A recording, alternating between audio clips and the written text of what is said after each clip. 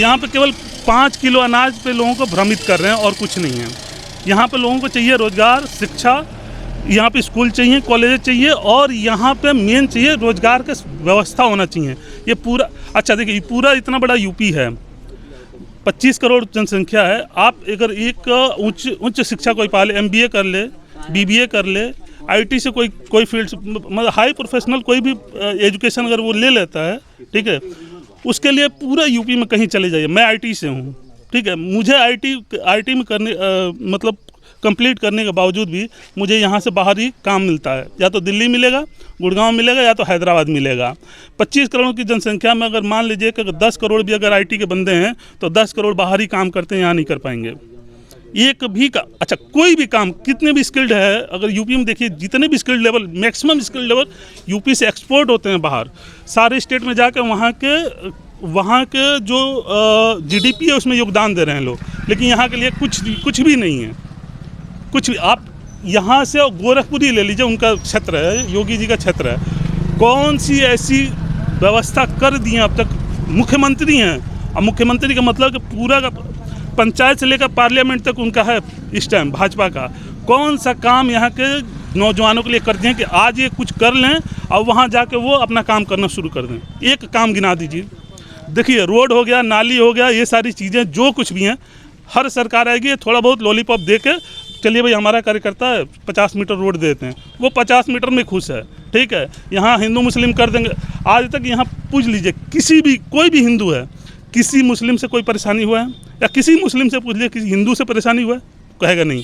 उसको मेन रोज इसमें फंसाया जा रहा है, हिंदू मुसलमान करके, और जो है अपना वोट बैंक बनाया जाए, ठीक है। आज तक एक भी ब्लूप्रिंट अभी तक नहीं आया ये कि हम इस क्षेत्र के लिए ये रोज़गार दे रहे हैं, आप लोग ये काम करिए, इतना मेहनत करिए, हम यहाँ पर रोज़गार दे देंगे। आज यहाँ पर युवा अगर पढ़ लेता है, मान लीजिए कि अगर कोई भी पढ़ाई पढ़ लेता है अपना पैसा खर्च करके, बताइए कहाँ जाएगा रोज़गार के लिए? घर में माँ बाप को छोड़ कर अगर अकेला है तो जाएगा, वो पढ़ लिख लेगा तो भी नहीं जा पाएगा, और जाएगा तो पूरा ले के जाना पड़ेगा उसको। अगर वहाँ ले जाना है तो उसको वहाँ बनाना पड़ेगा उतना, आधी कमाई उसी में जाएगी, आधी से ज़्यादा, आधी का पूरी जिंदगी। अगर वो 1 लाख से 2 लाख रुपये महीना कमा रहा है तो पहले वहाँ घर बनाएगा, फिर वहाँ पर सारी व्यवस्थाएँ होंगी।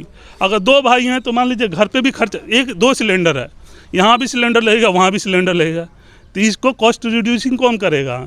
यहाँ के जो नेता हैं, जो उस टाइप का ब्लूप्रिंट बनाएंगे कि यहाँ के लड़के हैं ये क्या पढ़ेंगे, और ये पढ़ेंगे तो कहाँ रोज़गार मिलेगा? आप 24-25 करोड़ जनसंख्या में देख लीजिए कि अगर यहाँ के कोई रोज़गार है क्या जो लोकल में हो? जो पढ़ा लिखा, कोई भी पढ़ा लिखा बंदा हो, आप किसी पढ़े लिखे से पूछ लीजिए, अब तक की जो सरकारें आई हैं की हैं नहीं की हैं। तो हम इसी उपेक्षा मतलब उम्मीद में इनको 2 बार प्रधानमंत्री भी बनाया और 1 बार मुख्यमंत्री बनाया, यहाँ पर बल्कि 2 बार बीजेपी का विधायक बनाया, लेकिन इससे रिलेटेड कोई काम नहीं हुआ, वही लॉलीपॉप वाला काम हो रहा है बस। अभी मुख्यमंत्री बने योगी आदित्यनाथ, सब लोग खुश हुआ क्योंकि सटे हुए ज़िले के हम लोग हैं। तो योगी जी को कहीं ना कहीं ऐसा काम करना चाहिए था कि हमारा जो ज़िला है एक टूरिस्ट जगह भी है, इसको इतना अच्छा से डेवलप करना चाहिए था कि यहाँ पे लोगों को रोज़गार और प्लस कई तरह की सुविधा, मेडिकल कॉलेज वगैरह सब चीज़ मिल जाना चाहिए था, लेकिन ऐसा कुछ भी नहीं हुआ 5 साल में। बिल्कुल होना चाहिए। और जिस तरीके से कह रहे हैं एक सर्किट बना रहे हैं, तो सर्किट के हिसाब से तो यहाँ पर महावीर स्वामी हैं, बुद्ध हैं, कबीर हैं, हमारे पास में सभी लोग हैं इस बेल्ट में। कम से कम कोई तो ब्लूप्रिंट दिया होता है कि चलिए भाई हम वहाँ से गोरखपुर से लेकर और क्या बोलते हैं आपका फाजीनगर तक या तुमकोई तक हम मेट्रो बिछा देते हैं। हम यहाँ पे कोई बेल्ट बना रहे हैं, वहाँ पे टूरिज़्म का बना रहे हैं। ये इतनी सारी नहरें हैं, इतनी सारी नदियाँ हैं, इसको टूरिस्ट प्लेस में बदल देते हैं। वहाँ पे दुकानों का कुछ करते हैं, ऐसा कुछ भी नहीं किया। और न और इनसे इसलिए उम्मीद थी क्योंकि हमने इनको पंचायत से लेकर पार्लियामेंट तक चुना था। ये इनके पास इतना पावर होगा तो ये कुछ भी कर सकते हैं। एक नेता के पास जब पंचायत से पार्लियामेंट तो पावर होता है तो चाहे तो कुछ भी कर सकता है, कुछ भी मतलब कुछ भी कर सकता है। वो पूरा देश और प्रदेश उनके हाथों में है, तो उस टाइम नहीं काम करेंगे तो फिर कब करेंगे। एक वीडियो वायरल हुआ था जिसमें केशव प्रसाद मौर्य को ये डांट के भगा रहे थे, देखे थे क्या आप? हाँ, वो देखा था। देखिए, वो दिखाने के दांत अलग है और खाने का अलग है, ठीक है। तो ये मतलब कभी कभी वो आ जाता है, सामने भी आ जाता है, स्टूल पर बिठा दिया, बाहर झटक दिया, ठीक ना, इस टाइप की चीज़ें हैं। उससे भी बुरा हाल तब होता है जब अंदर होता है आदमी। अब वो बयान तो नहीं कर सकता यहाँ पे आके पब्लिकली कि नहीं भाई हमको हमारे साथ ऐसा करते हैं, तो मौका देखते ही लोग वैसा अपना। अब जैसे स्वामी प्रसाद मौर्य जी हैं, इनने देखा भाई कि इतनी सारी सीटें हैं, हमने तो इनको सीटें दिलवा दी, हमारे वजह से ओबीसी समाज आ गया और भी समाज इनसे जो जुड़ा है वो आ गया इनके पास। और जब आ गया तब उनका कुछ सुन ही नहीं रहे हैं उसमें। अब बहुमत है, बहुमत इतना हो गया है कि मान लीजिए निकल भी जाते हैं तो उनको कोई फ़र्क नहीं पड़ेगा, ठीक ना। तो उसमें यही समझदारी थी कि जब तक मौका है तब तक रहिए और उसके बाद निकल जाइए मौका देखते ही। लोगों के सोचना हमको समझ नहीं आ रहा है कैसे सोच रहा है। कुछ दिन पहले देखे होंगे अप्रोक्स 2 से ढाई महीना पहले एक वीडियो वायरल हुआ था इनकी बेटी का, वो उसमें इनको मंच से हटाया गया था। उस समय सभी लोग बोले थे कि बीजेपी छोड़ के स्वामी प्रसाद मौर्य को दूसरा पार्टी ज्वाइन करना चाहिए था। आज वो ज्वाइन कर लिए तो पब्लिक उसका विरोध भी कर रहा है। देखिए पब्लिक का कुछ, पब्लिक तो नहीं कर रही है, जो मतलब उनको सपोर्ट में थे, जो बीजेपी सपोर्ट करते हैं वो। अब देखिए अब टाइम आया इलेक्शन का, तो कोई ना कोई इलेक्शन तो लगाना है उनको, कोई ना कोई उस पर धब्बा लगाना है ताकि वोट विचलित हो, लेकिन ऐसा होगा नहीं। मौर्य जी 15 साल विधायक रहे पटरौना का, लेकिन अभी तक वहाँ का जो बस स्टैंड है नहीं बनवा पाए।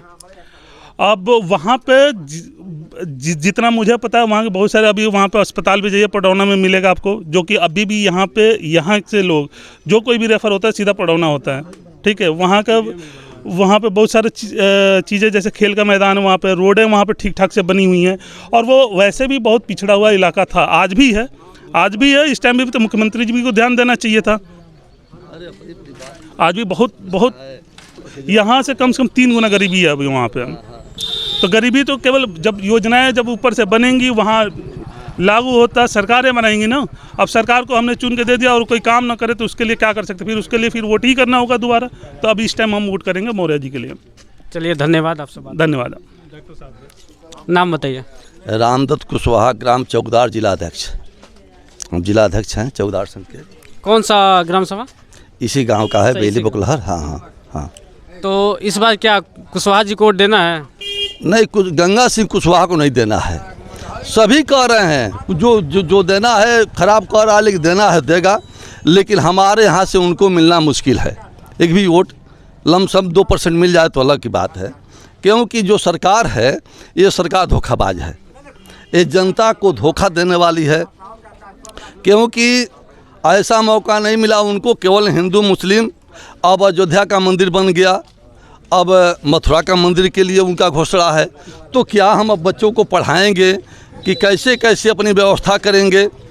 और ये 75 साल आज़ादी का हो गया, हम चौकीदार हैं, हमारे नाम को उन्होंने बदल दिया, अपने चौकीदार बन गया और हमको प्रहरी बना दिया।